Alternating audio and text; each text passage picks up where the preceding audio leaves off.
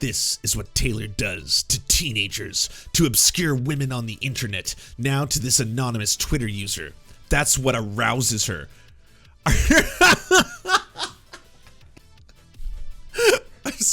I'm sorry. I missed that one. All the info on the Libs and TikTok piece was already publicly available online, but Taylor had one thing that no one else had, which made the report possible. Glenn Greenwald accidentally confirming their identity to the Washington Post.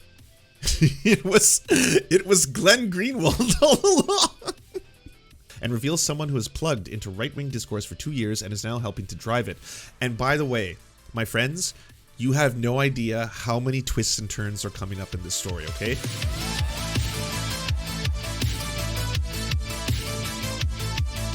you watch this channel, I'm quite sure you're very aware right now that there is unabashedly a war on LGBTQIA+ members, specifically in most cases against trans people in the United States, both in draconian laws being passed, numerous states, some directed towards children playing in sports, some directed towards children and their genitals, which is super fucked up. Stay the fuck away from trans kids.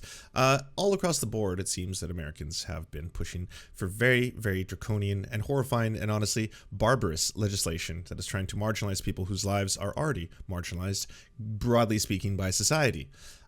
Then there's this account, Libs of TikTok. Libs of TikTok is someone that I've poked fun at a couple of times because it's just so clearly a TERF. It's a TERF with a big account that is retweeted by every single conservative and amplified. And the shtick is very simple. What they'll do is they'll usually find a video of someone on TikTok. They'll download their video and then they'll post their video and then they'll say something that really scares you, such as, hey, this is a teacher in Florida. Look what they're trying to do to your children. Are they trying to groom them? Are they a pedophile trying to have sex with your kids? Well, only one way to find out. Watch this. And guess what? It's very scary because not only does it have a whole bunch of topics that you may not know a lot about, but you'll also notice that their hair is not a traditional color. So how about that? We got some blue hair, some purple hair, even some green hair. So those two things combined, there you have it. In this one, Florida teacher is upset that teachers won't be able to talk to their sexuality, about their sexuality, and claims simply saying the word gay can get you fired. My state decided that it was a good idea to ban the use of the word gay in the classroom. Educators can now are not allowed to say gay in the classroom anymore. This is a life or death issue. Why do I say that? One of the most important statistics that I use in my curriculum when teaching anti-oppression, specifically about LGBTQIA issues, is 72%. You decrease the likelihood of a young trans person of wanting to commit suicide if all you do is use the proper pronouns for that person. 72%. You can save a life by using one, often two-letter word for a person. Misgendering someone can have them go on a spiral where they don't want to live anymore. And now, how do you watch this video? And the takeaway, again, is Florida teacher is upset that teachers won't be able to talk about their sexuality and claims simply saying the word gay can get you fired.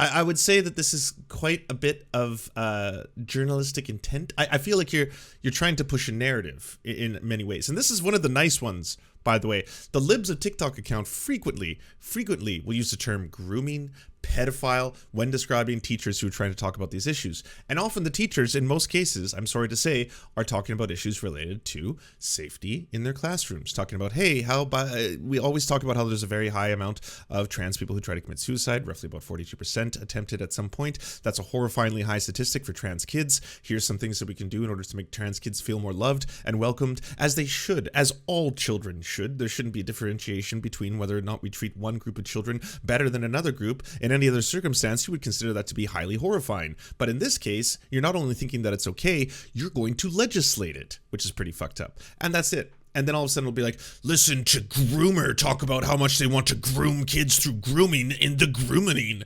And then all of a sudden, what happens to that person?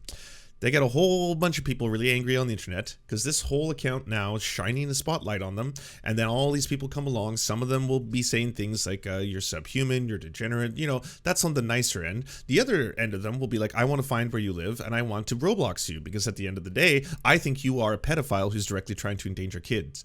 And they do this again and again and again. And this has just been the Libs of TikTok account.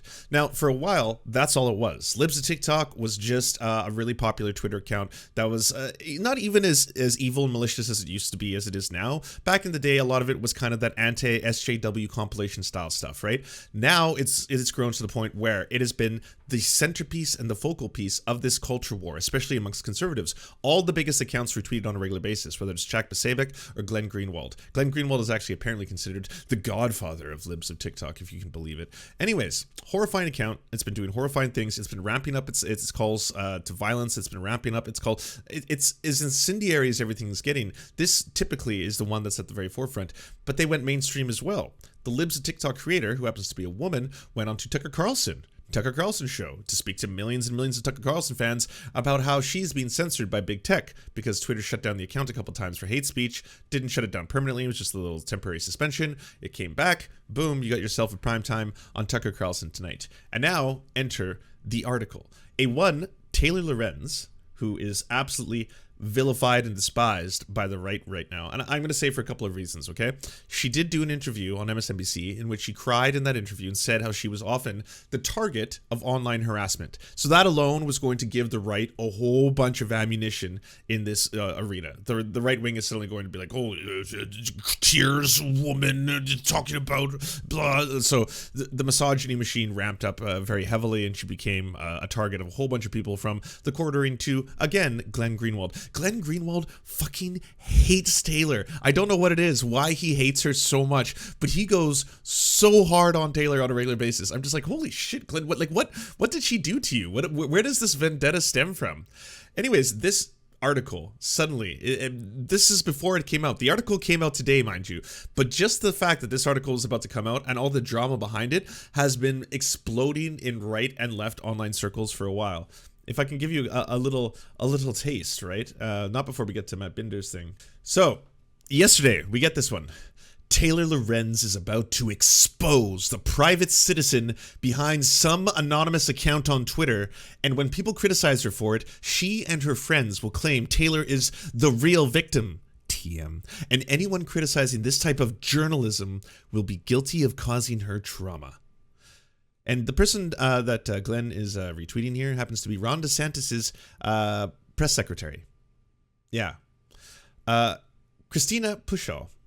Again, Ron DeSantis' press secretary. The Bezos Post internal hall monitor is excited to expose at Libs of TikTok. Here's my comment. Clown. Subject on Deadline. Washington Post reporter seeking comment. Hi, Christina. I'm a tech reporter at the Washington Post. We're running a story exposing the woman behind the Libs of TikTok account. Our story mentions your many interactions with the account and praise of it. I'd like to offer you a comment. Please let me know within the next hour. You can give me a ring on this if you prefer. Thanks, Taylor. Now, I'm going to do a criticism here of Taylor Lorenz. I think this is an odd, I'm not a journalist, but I think this is an odd way to word an email to someone that you're trying to have an interview with, because there's no way to take this email as a declaration of good faith. You know, we've got running a story that will expose the woman behind Libs of TikTok, okay, the many interactions and account of praise for it, as in, you've done a lot of stuff. Like, this looks like you're fishing for Christina Pushaw would not respond to our request for comment. You just want to have that to add it at a certain point, right? That's what this kind of feels like. Anyways, that's just a little mild criticism of the way that you were doing your reporting in this case. But Glenn goes on. One more time. You have absolute right to criticize harshly the work of anyone who publishes articles in the West's most powerful newspapers, one owned by the world's richest men, and don't let anyone guilt you to manipulate you into believing you don't. Only the narcissists in corporate media could take someone who grew up in Greenwich wealth and Swiss boarding schools, who regularly harms the lives of ordinary citizens with their massive journalistic platform, and tell the public she's the victim and can't be criticized. And this is a picture from that interview where 1 in 3 women under 35 experience online harassment, which is true. This is what Taylor does to teenagers, to obscure women on the internet, now to this anonymous Twitter user. That's what arouses her.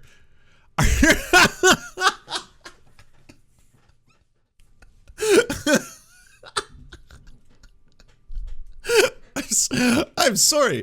That one, I missed that one. When I was talking about this story a day ago, that one passed me. Oh, okay. Yeah, that's kind of related to what we're talking about here, Glenn. You know, that's what arouses her. Oh God, harassing people, can't stop. But remember, the real victim, TM, is Taylor and her colleagues who publish articles in Jeff Bezos' newspaper. Coddle them. And then once again, retweeting Christina Pashaw. Unbelievable. She even uses the word expose. So excited to destroy this random woman's life. This is the framework corporate journalists are trying to construct and force you to accept. They can criticize, expose, bully, and destroy anyone they want. No limits. They're whispered reference. Journalists. You can't criticize how they use their power. That's harassment. Fucking unbelievable. This is the man who has defended both, on numerous occasions, Project Veritas and Andy No. Yes, Glenn Greenwald has defended Project Veritas and Andy No, often under the auspices of, I don't care what you think about this person. I don't really care what you think about this person's politics. I don't really know what this person is all about. That kind of shit. But at the same time, we're going to say that Project Veritas doesn't have a right to be investigated, perhaps for potential crimes, because they're journalists. This sets a horrifying precedent. If the time has come when we can actually say that journalists are adequate targets for this kind of abuse and harassment. And then, boom, flipped around when he wants to defend Libs of TikTok.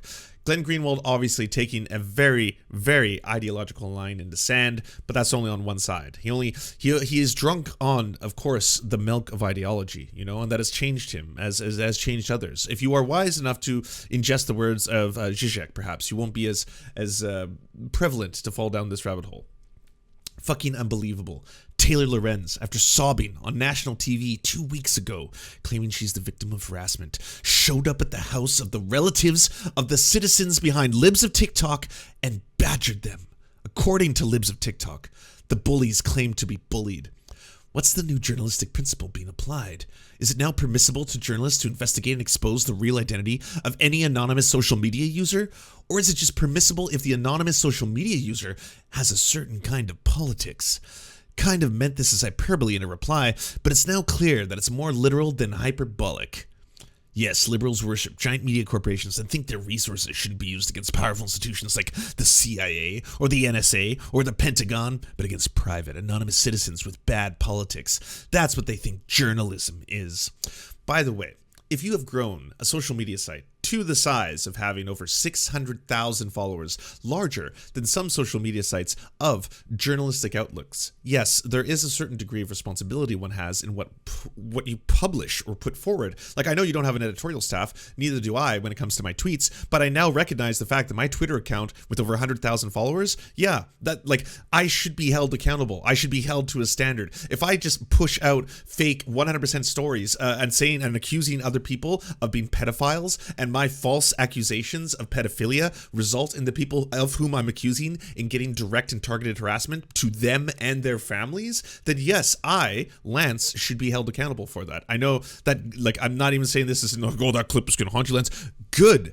It should haunt me. It should haunt anyone in that arena, because honestly, if you are doing that, that is a real dangerous thing. You can't just suddenly have this, like, like immortal protection because it's social media. It's not considered like a real journalistic, like, the world has changed. Like, legacy media is not going to dominate forever. And in many cases, it no longer does. Look at what happened when CNN tried to start CNN Plus. Like, a lot of people, especially younger generations, they are turning to consuming online media. They rather watch Twitch streamers than watch late night, TV comedians and stuff like that. They'd rather read their news on Twitter. They'd rather watch their, like, little stories on TikTok. That's how they ingest information. So if one of the accounts in one of those social media things, even if it is, yes, this is a private corporation and they're held to the standards of the TOS and all that kind of stuff, well, that doesn't mean that journalists are suddenly above being able to discuss this massive media outlet that is also creating targeted harassment. Journalism isn't about just exposing things for the sake of it. It's about exposing matters in the public interest, about powerful institutions, CIA, NSA, Wall Street, oligarchs, politicians. Using Jeff Bezos' money to expose private citizens for having bad politics is gross. And in the case of this, as you're about to see from the article, yes, we're going to read the article in question. Why not actually read it before making these criticisms, Clem? It actually is directly related to both politicians utilizing it. In this case, it happens to be Ron DeSantis's press secretary uses the Libs of TikTok account a lot in order to push actual legislation that will impact the lives of trans people, of gay people, of LGBTQIA plus people. Yeah, it directly goes back to that. One last attempt to clarify the rules. It is okay for people to show up tomorrow at Taylor's house and the homes of her relatives to ask questions about her. I have a feeling that wouldn't be applauded, even though Taylor, unlike the Twitter users he explodes, is a public figure. Wink, wink. I feel confident that if the Fox crew did Taylor what Taylor did to the citizen, show up at the homes of her relatives to dig dirt, twice now. That's twice Glenn Greenwald using his massive platform with over 1 million people who follow him, twice saying this with a big old wink wink at the end of it. I feel confident that if a Fox News crew did to Taylor what Taylor did to citizens, show up at the homes of her relatives and dig for dirt, a national media mental health crisis would be declared. That's because, again, this has nothing to do with journalism. Just politics. Let's check it out. Here we go, everybody. On March 8th, the Twitter account called Libs of TikTok posted a video of a woman teaching sex education to children in Kentucky, calling the woman and the producer a predator. The next evening, the same clip was featured on Laura Ingraham's Fox News program, prompting the host to ask, when did our public school, any school, become what are essentially grooming centers for gender identity radicals? Libs of TikTok reposts a steady stream of TikTok videos and social media posts, primarily from LGBTQ plus people, often including incendiary framing designed to generate outrage. Videos shared from the account quickly find their way into the most influential names in right-wing media. The account has emerged as a powerful force on the internet, shaping right-wing media, impacting anti-LGBTQ plus legislation and influencing millions by posting viral videos aimed at inciting outrage amongst the right. The anonymous account's impact is deep and far-reaching. Its content is amplified by high-profile media figures, politicians, and right-wing influencers. The tweets reach millions, with influence spreading far beyond its more than 648,000 Twitter followers. Libs of TikTok has become an agenda settler in a right-wing online discourse. Agenda setter in right-wing online discourse, and the content it surfaces shows a direct correlation with recently push in legislation and rhetoric directed at targeting LGBTQ plus community. Libs of TikTok is basically acting as a wire service for the broader right-wing ecosystem, says Ari Drennan, the LGBTQ program director for Media Matters and the Progressive Watchdog Group. It's been shaping public policy in a real way and affecting teachers' ability to feel safe in their classrooms. The account has been promoted by podcast host Joe Rogan. It's been featured in the New York Post, the Federalist, the Post-Millennial, and a slew of other right-wing news sites. Meghan McCain retweeted it. The online influencer Glenn Greenwald has amplified it to his 1.8 million Twitter followers while calling himself the account's godfather. Last Thursday, the woman behind the account appeared anonymously on Tucker Carlson's show to complain about being temporarily suspended for violating Twitter's community guidelines. Fox News often creates news packages around the content of the Libs of TikTok has surfaced. The role I've seen this account playing in finding new characters for right-wing propaganda, said Gillian Branster, a media strategist for the ACLU, is relying on the endless stream of content from TikTok and the internet to cast any individual trans person as a new villain in their story. Throughout its increasingly popular posts, and despite numerous media appearances, the account has remained anonymous, but the identity of the operator of Libs of TikTok is traceable through a complex online history and reveals someone who has plugged into right-wing discourse for 2 years and is now helping to drive it. And by the way, my friends, you have no idea how many twists and turns are coming up in this story, okay? Not just the Libs of TikTok one, which is going to be in itself a little bit of a, if you're not tapped in online, you're going to be like, oh, whoa, I didn't know that. But Glenn Greenwald is making a reappearance, let's just say that. An account in search of a voice and a big break from Joe Rogan. Chaya Raychick has been working as a real estate salesperson in Brooklyn when, in November of 2020, she created the account that would eventually become Libs of TikTok. Under the first handle, at Shaya69, of course, 830-552, she minimized COVID, cast doubt on election results, and promoted a dubious story about child sex trafficking rings. On November 23rd, 2020, Raychick changed handles, this time going by at Shaya Ray and identifying herself publicly as a real estate investor in Brooklyn. She began doubling down on election fraud, conspiracies using QAnon-related language. Earlier in that December, she joked about launching a clothing line titled Voter Fraud is Real. In January 2021, Raychick started talking about traveling to DC in support of Trump on January 6th at the Stop the Steal rally. When violence broke out at the Capitol that day, she tweeted a play-by-play account claiming to be on the ground. They were rubber bullets from law enforcement. One hit right next to me, she said, and posted videos from the crowd and spoke about tear gas being deployed nearby. She was at the January 6th insurrection. The Libs of TikTok account. Yeah. That I didn't know that. I didn't know that until yesterday. And I was like, whoa, wait, what? Oh, okay. She posted videos from the crowd, spoke of tear gas being deployed nearby after saying she was left to right. And by the way, have we not hit at the matter of public interest yet? One of the largest accounts that is frequently influencing legislation that has been passed by a whole bunch of politicians across the United States in relation to LGBTQIA plus matters happens to also be an individual who was present at the January 6th Capitol riots, allegedly, according to a string of traceable contacts that she had online and the things that she'd been posting. I don't know. I think that we've entered the public interest. Like, come on. I completely agree if you want to propose something like, hey, if you happen to be a streamer or you happen to be a YouTube content creator and you are a VTuber because it helps you with whatever condition or anxiety you may have to not have to show your face, but you also want to create content where you play video games, that you should be allowed to have some anonymity. Okay, fine. Once you grow to a certain size, I think once you've passed a certain amount of followers, it still has to be said that what you do publicly and what you say publicly is going to influence a lot of people and is going to be similar to the way a media apparatus works. So even if you have 100,000 followers on your Twitch account and you stream as a VTuber or something like that, if you're starting your stream saying, hey, by the way, everybody, I think we need to Roblox the blanks, right? We should probably Roblox the blanks. If we don't Roblox the blanks, then we will never achieve racial purity. Well, then I think under the matter of public interest, you become a news story. One of the largest video game streamers, who also happens to be an anonymous VTuber, is saying some incredibly incendiary racist stuff and telling their fans some incredibly incendiary racist stuff that is resulting in a lot of their fans becoming radicalized. Well, I think that has now become a news story worthy of perhaps publishing information. And by the way, this information was not found out through some devious means, by searching through their garbage, by spying on the Libs of TikTok person in their own home or anything like that. It was from the Libs of TikTok account registry having public domain registry information made publicly, because that's how this stuff works. So it was available for all to see. Later that month, Rachik cycled through two more Twitter names, this time focusing on state politicians. First under the handle Chaya Rachik and the display name Chaya Rachik, then under the new handle at Cuomo Must Go. She railed against New York Governor Andrew Cuomo, calling for him to resign. Actually, not the worst thing she's done. She promoted the effort to recall California Governor Gavin Newsom. She also began posting about Florida Governor Ron DeSantis, calling him actually brilliant. By early last March, she pivoted to a parody account titled @HousePlantPOTUS, pretending to tweet as if she was a houseplant living with President Biden. She revamped her avatar to look for a small shrub with Biden's face on the leaves. At that point in time, she also claimed to be proudly Orthodox Jewish, live in Brooklyn, and work in real estate in her Twitter bio. It seems like she was kind of trying a bunch of stuff out. It seems like, she was seeing what would land, and nothing's really working yet. She will find her niche, but you can see how the evolution has happened across the way. The houseplant parody never took off. On April 19th, 2021, she pivoted her account. She's workshopping. She's workshopping a bunch of characters, and she's going to get there eventually. She pivoted her account once again, and this time she created the Libs of TikTok.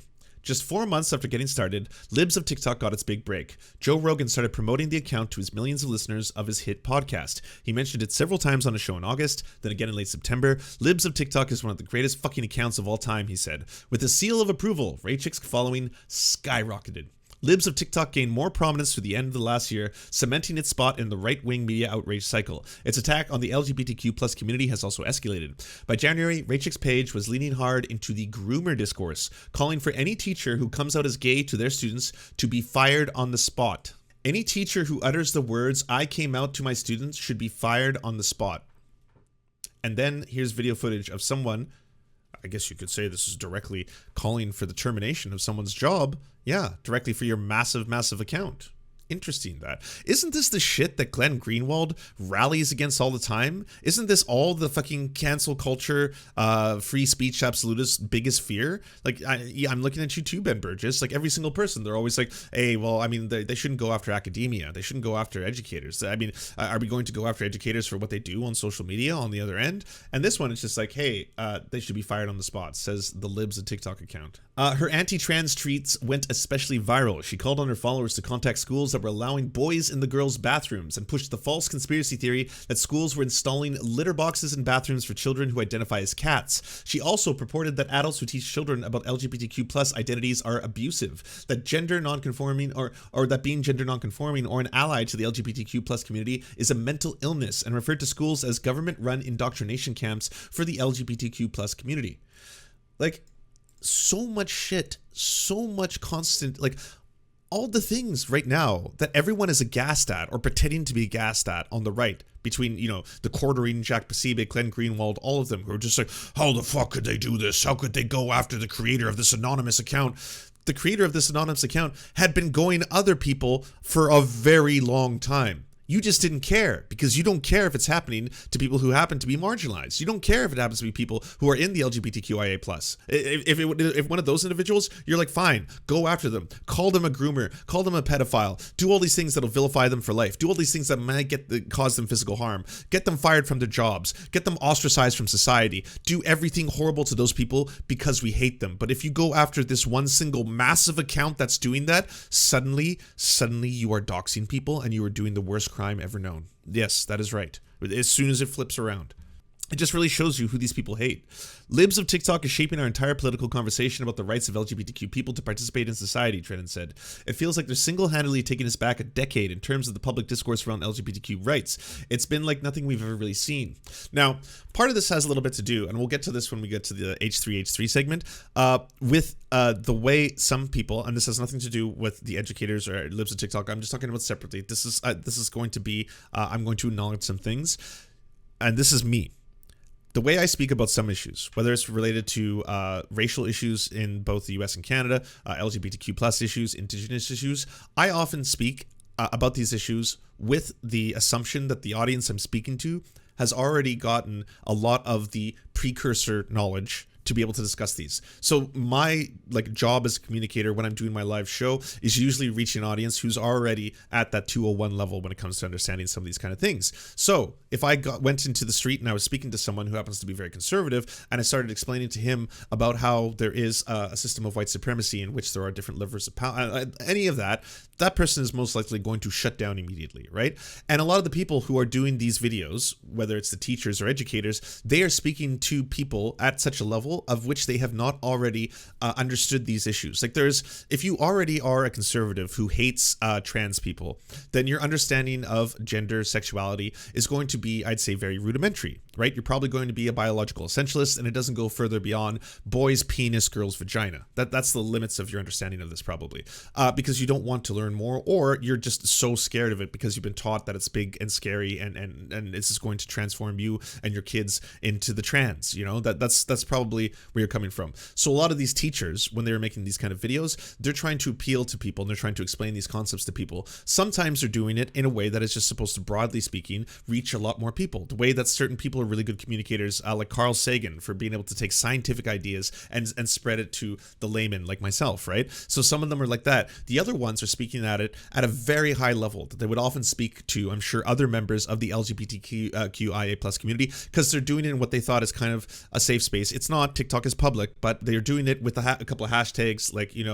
trans rights or human rights or something, and they're hoping that they're just going to stay within the relative pro-LGBTQ plus ecosystem. So that's that. Libs of TikTok will see this, and they will take those, and they will find the ones that they think are going to get the most reaction. The ones in which they can vilify trans people or non-binary people or even allies as characters, right? Other them. And make them look ridiculous. So they find the ones where it is going to be a man wearing makeup, or it's going to be a non-binary person wearing makeup who happens to present as a man. And in both cases, it's going to, or the different colored hair, or that or something else. Something where just immediately after seeing it or looking at it, people will see and get that tweet and be like, whoa, I was right to be afraid. I was right to be scared of trans people. Look at this, purple hair, blue hair. And they're talking about weird they're talking about ladies with penises. They're talking about women with penises. Oh my God. And they're talking about men with vaginas. Wow, this is disgusting. An abomination. I can't believe this is sick. Oh, this is grooming. Pedophiles. And boom, people are angry. They're retweeting it. Everyone's getting mad. Everyone's getting angry. The whole thing, it was outrage bait. Time and time again. Outrage bait. And the people who were being thrust into the center of the outrage bait, such as the teachers themselves, their lives suddenly become horrifying because they're plastered all over the internet. And for a video in some cases where they're crying, where teachers are crying and they're like, I happen to be gay and I can no longer talk about that. I can't even put up a rainbow flag in my classroom. And them crying while saying that is now in a video where there's a headline at the top saying, listen to this pedophile talk about how they want to talk about being gay in front of kids. Like, it's insult to injury. It's something in which you've already got someone whose life has been so hard, they've struggled their entire lives, and they're trying to make life better for other people, specifically for kids. They're trying to make life better for kids, so they're trying to be more welcoming. They're trying to be more open about these things, and they're trying to make everyone safer. And in the pursuit of that, they're being vilified as the worst thing a human being can possibly be. So, holy fuck. Holy fuck. And the fact that there's so many people like Glenn Greenwald who are willing to fucking stand in front of this and stake their reputation is fucking, it's inexcusable. It absolutely is. This is one of the most horrifying turns of events, to see how many people are coming out and being like, well, it's free speech, you know, at the end of the day. You must understand that your freedom of speech can limit other people's freedom of speech, right? Like, if you were doing this in one direction to the point where these people are now being silenced, how many people, once Libs of TikTok started blowing up, how many people are afraid to talk about these kind of issues, who would have done so otherwise, who would have come out and say, you know what, I'm a proud non-binary teacher. I go by they, them pronouns. When you refer to me in the classroom, you refer to me as they or them, not he or she. Thank you very much. They're not going to say that. That relatively benign sentence that doesn't sound offensive in any way, shape, or form, they're not going to do that, because holy hell, if I do that next day, I could wind up on Libs of TikTok. I could have hundreds or thousands of parents asking for me to get fired just because I made this post. Not even directly saying that, like, you know, I'm going to make this post and now I'm going to make it into a huge issue all over the world. Libs of TikTok is shaping our entire political... Oh, we got that. By March, Libs of TikTok was directly impacting legislation. DeSantis' press secretary, Christina Pushaw, credited the account with opening her eyes and informing her views on the state's restrictive legislation that bans discussion of sexuality or gender identity in the kindergarten through third grade, referred to by critics as the Don't Say Gay bill. She and Libs of TikTok have interacted with each other at least 138 times publicly, according to a report by Media Matters. When asked by the Post about her relationship with the account, Pushaw wrote, "I follow, like, and retweet Libs of TikTok. My interactions with that account are public," and she added she's a strong supporter of its mission. As the legislation progressed, and by the way, we now have directly a politician's press secretary saying that they collude with this Twitter account. I believe we have passed so many marks of whether or not this is a newsworthy story at this point. As the legislation progressed before eventually being signed into law on March 28th, Libs of TikTok ramped up the attacks, flooding its feed with accusations of grooming. The right-wing media and influential conservative figureheads used anti-LGBTQ content from Libs of TikTok as fuel for their arguments. Fox News hosts Jesse Waters and Tucker Carlson began featuring content straight from Libs of TikTok on the air. That means now Libs of TikTok is reaching millions of Americans. I mean, for the people who also want to argue that this is like, oh, they're being silenced, you know, their free speech is being limited, the free speech being amplified by the largest news program in America. With Carlson urging his viewers to follow it before it's banned if you want to know what may be happening in your child's school. Fox News did not respond to a request for comment. From the internet to school boards. As the account has grown up in prominence, Rachik is stepping down to obscure her identity. Though she's done numerous high-profile media appearances, she's always appeared anonymously. However, when registering the domain of libsoftiktok.us last October, she used her full name and cell phone number linked to her real estate salesperson contact information. This is how it got leaked, by the way. Glenn. You know, this idea that this was leaked by this journalist who's now directly targeting anonymous accounts on Twitter, and the floodgates have opened. Oh no, for the journalists who will sleuth, they will go through the garbage, they will spy on the homes, they will contact the relatives, they will do everything in their power to uncover the truth of these supposed anonymous accounts that must be protected at all costs because they are doing God's work, apparently. Yeah, no, this is just kind of boomer shit. Like, yeah, the person registered a website. When they registered the website, they put the real name and their cell phone in the website registered domain. That is public information, and that's how they found it. On Saturday, software developer Travis Brown, who's working on a project in support of Prototype Fund, an organization that backs open source projects, based all around, unearthed the account's Twitter history and posted a thread detailing information about the profile changes. When a reporter called the phone number registered to Rachik's real estate profile on the libsoftiktok.us, the woman who answered hung up after the reporter identified herself as calling from the Washington Post. A woman at the address listed Rachik's name in Los Angeles declined to identify herself. On Monday night, a tweet from Glenn Greenwald confirmed that the house that was visited belonged to Rachik's family. I'm not sure if anyone is catching what's going on here, because this part is fantastic. Matt Binder caught on to it. He got onto it right away. Yep, he caught onto it and immediately posted this, and it is amazing. All the info on the Libs of TikTok piece was already publicly available online, but Taylor had one thing that no one else had, which made the report possible: Glenn Greenwald accidentally confirming their identity to the Washington Post. It was Glenn Greenwald all along.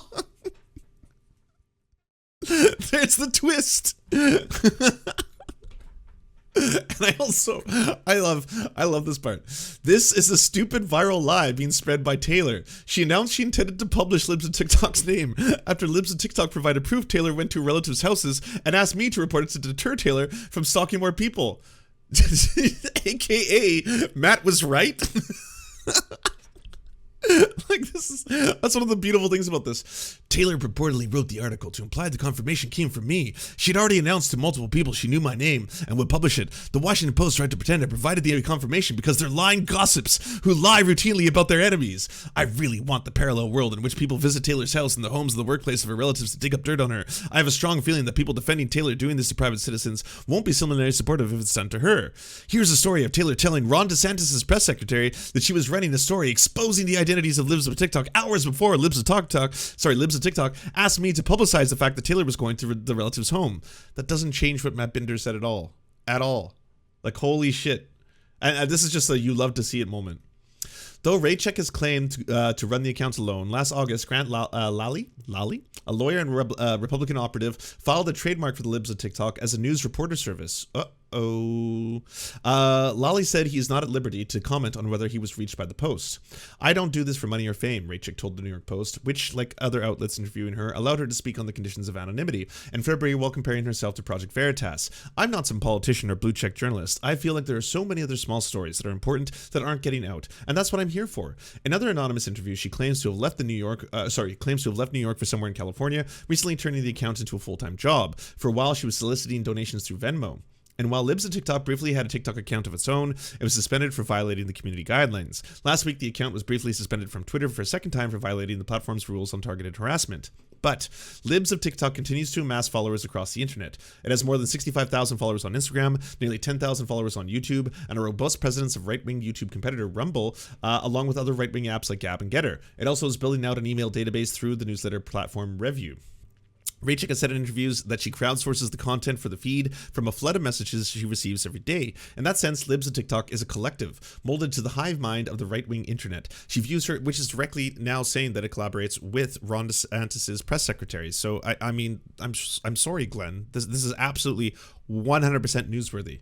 And this is not me endorsing people going to the direct homes of the relatives of people in the story. I'm not here to endorse that at all. I'm here to say that Glenn is being selectively, he's doing a lot of selective outrage, as well as completely denying the fact that he actually is one of the reasons this became a newsworthy story that was published in the Washington Post in the first place. I see shared spirit of the Libs of TikTok and the appetite for the right-wing media more broadly, which is turning neighbor against neighbor and turning any individual into an enforcer of this very strict gender regime, Brandstetter said. There's a deep sense of paranoia. This rhetoric inspires and is extremely volatile. It's more than playing with fire. It inspires vigilante spirit. Raycheck boasts several teachers have been fired as a result of being featured on the account. So, already boasting that you're getting people fired from their jobs for talking about LGBTQ plus issues. Tyler Wern, the former English teacher in Oklahoma, posted a video telling LGBTQ kids shunned by their parents that Rin was proud of them and loved them. And it was featured on the Libs of TikTok last week. Since being featured on the page, Rin has been barraged with harassment and death threats for saying that you are loved. I've always seen myself as the type of teacher who stands up for marginalized voices, Rin said. I see fellow teachers of TikTok speak out against their disenfranchised students, and they're getting the same sort of harassment too. The popularity of Libs of TikTok comes at a time when far-right communities across the internet have begun doxing school officials and calling for their execution.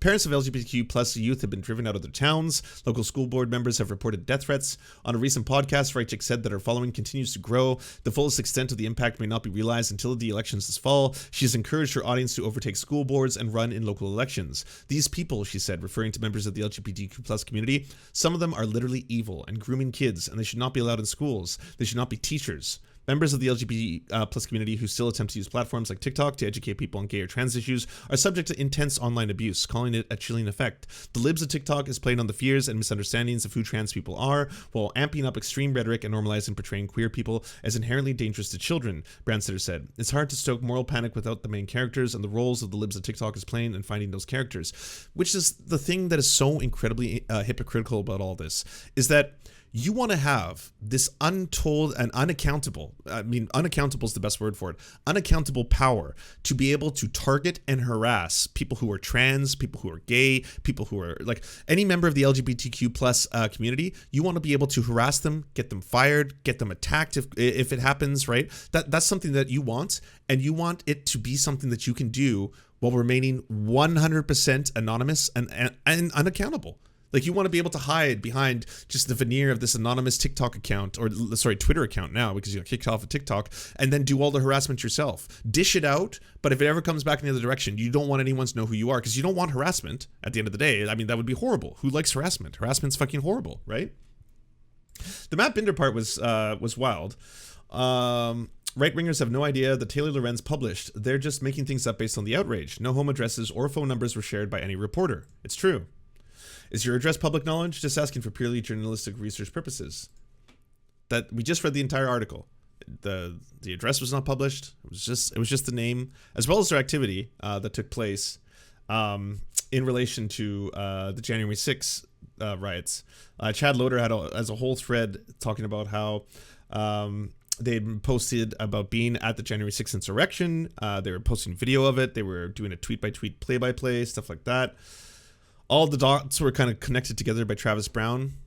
But this one's much worse, because Glenn Greenwald has been talking about Christina Pushaw, who happens to be, again, like I said, the press secretary for Ron DeSantis. Glenn Greenwald saying, here was Taylor telling Ron DeSantis' press secretary she was running a story exposing the identity of Libs of TikTok, talking about that constantly, talking about how, it's wrong to do these kind of things. Well, I submit to you, Libs of TikTok, narcissistic Florida first grade teacher has a breakdown over the thought of not being able to talk about her marriage. Video footage of her. Christina Pushaw. What's her district? Libs of TikTok. Here it is. So how about that? And that's, again, just a regular thing that's done on a regular basis. This whole here's video footage of someone in question who I happen to think is either a pedophile or a groomer. Here's as much as I can tell you about them. And in this case, this is the press secretary for a politician asking me which district is she in, and then the Libs of TikTok account posting it. So there you have it. Guess who else is involved? Nothing that surprises me at this point. Chuds complained that Taylor Lorenz's reporting on the Libs of TikTok trying to rate chick dox as a private person won't be stoked on this corporate filing for the Libs of TikTok LLC, especially if Seth Dillon is listed as its manager from the Babylon Bee. Oh, wow. I'm not going to open this because I don't know if that's going to be too much information for Twitch, because I'm sure people are hate watching the segment right now. Is it doxing to post SEC filings for $20.2 million from the Parler app shares sold in January 2022, right around the time Seth Dillon was appointed to its board and Candace Owens' hubby became the CEO alongside Rebecca Mercer, the rest of the homely hee-haw gang? For all neighing Iors out there, I'm just warming up. I planned a feast of gruel and shame for you. Get your feedbacks ready. Parler nabs $20 million in funding. Well, that one doesn't surprise me either. I've learned the names of several of those people, anonymous left liberal cowards who smear people with lies on Twitter. They're hiding behind their anonymity and never pledged their names, and wouldn't because that's just gossip and abuse of journalistic platform. I learned the name of Toilet Guy 420, who has 147 followers, but I've decided not to out him to millions of people out of pure benevolence. Toilet Guy is a good dude. Thank you for showing mercy, Glenn. Oh.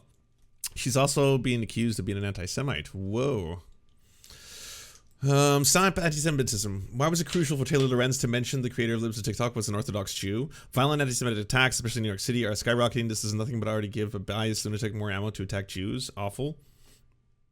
That wasn't my take from it, but okay. Yeah. Oh, Glenn. I think Matt responded to a couple things in the thread. You unknowingly provided the key missing info. Confirmation it was all accurate. Her name was already out there online. I was tracking it all as it was developing. I noticed you gave it up last night before Taylor ever published anything. I couldn't believe you just posted it. Then Taylor must have been lying when she told DeSantis' press person that she was going to publish a story exposing Libs of TikTok hours before she asked me to publicize Taylor's behavior. It would be reckless to use my unverified tweet as confirmation. She was working on a story and reached out for comment. You've never worked on a story that ended up not running? Taylor got nothing from whoever answered the door. There's quite a few people with the same name out there. You provided the confirmation that it was this person. Oh, keep posting through it, Glenn. I love that Glenn's trying to post through all of this, by the way. Every single time someone has said something, like I was like, hey, by the way, you defend Andy No. He was like, when have I ever defended Andy No doing this one specific thing? I was like, no, I'm saying you defend Andy No. You have selective outrage, and you've never called him out for doing this specific thing, which he does all the time. Here is an example of you defending Andy No. Here is an example of Andy No doing this very specific thing all the time. And then radio silence on Glenn's part. It seems like he just gets to a certain point where he's like, I'm just going to put this out there so people know I'm on the record. And then it's just like, well, yeah, but you don't understand. Glenn, you're completely factually incorrect on this. Again, Chaya Raichik has stated that teachers who out themselves should be fired. She's using her anonymous Twitter account with 600,000 plus followers to make that possible. She's gotten people fired. How is that not a news story worth reporting? He likes what she's doing. That's how. True. Oh man, true all around. There's absolutely no other plausible explanation for it. It's pretty simple. Glenn approves of the doxing and harassment of people who happen to be trans, and for schools who want to make trans inclusivity, and for exactly that reason, you'd think 100%. That's it. That's the read. That's the story. That it could not be clearer than that. Glenn Greenwald likes it when it's happening in one direction and wants to call it out and defend the account that's doing it because doesn't want it to get shut down. He can't lose his precious libs of TikTok. It's been a whirlwind, though. I'll say that much. Brian Anderson, here's a story about libs of TikTok is published. Remember how this now deleted video of crybaby Taylor Lorenz sobbing on TV about how she felt people when they published her private information online? Taylor Lorenz, for the record, did not publish the libs of TikTok private information, as in like her home address and her phone number, online. She published the name of the person who runs the account, which, by the way, was already published online. That was already public. It had already been exposed online. And then Glenn Greenwald confirmed it. So there you have it. It also appears that Brian Anderson, if that is even his real name, has written for known hate groups. Of course, there's so much overlap between all of this, you know? Oh, wow, Brian Anderson appears to have written the Neo-Confederate Mises Institute under a different name. Yikes, wow. Yeah, it's all connected. Do you enjoy the Serfs but prefer not to have to use your eyeballs? Many are saying this. Well, we've got the solution for you. It's the Serf Times in podcast form. Available on most major podcasting networks now. If you enjoy it, please consider leaving a good review and feedback because it really helps the show out, apparently, and it's free, just like the podcast. To our gods, Xander Corvus and Peyton L. Just, we are prepared to conduct many a human sacrifices in your honor. To our monarch, Tom Spiker, we are but your humble yet incompetent jesters, trying in vain to bring some levity into your life. To our Lord Trevor R., we give you thanks for this meager plot of land for us to toil away our pathetic existence.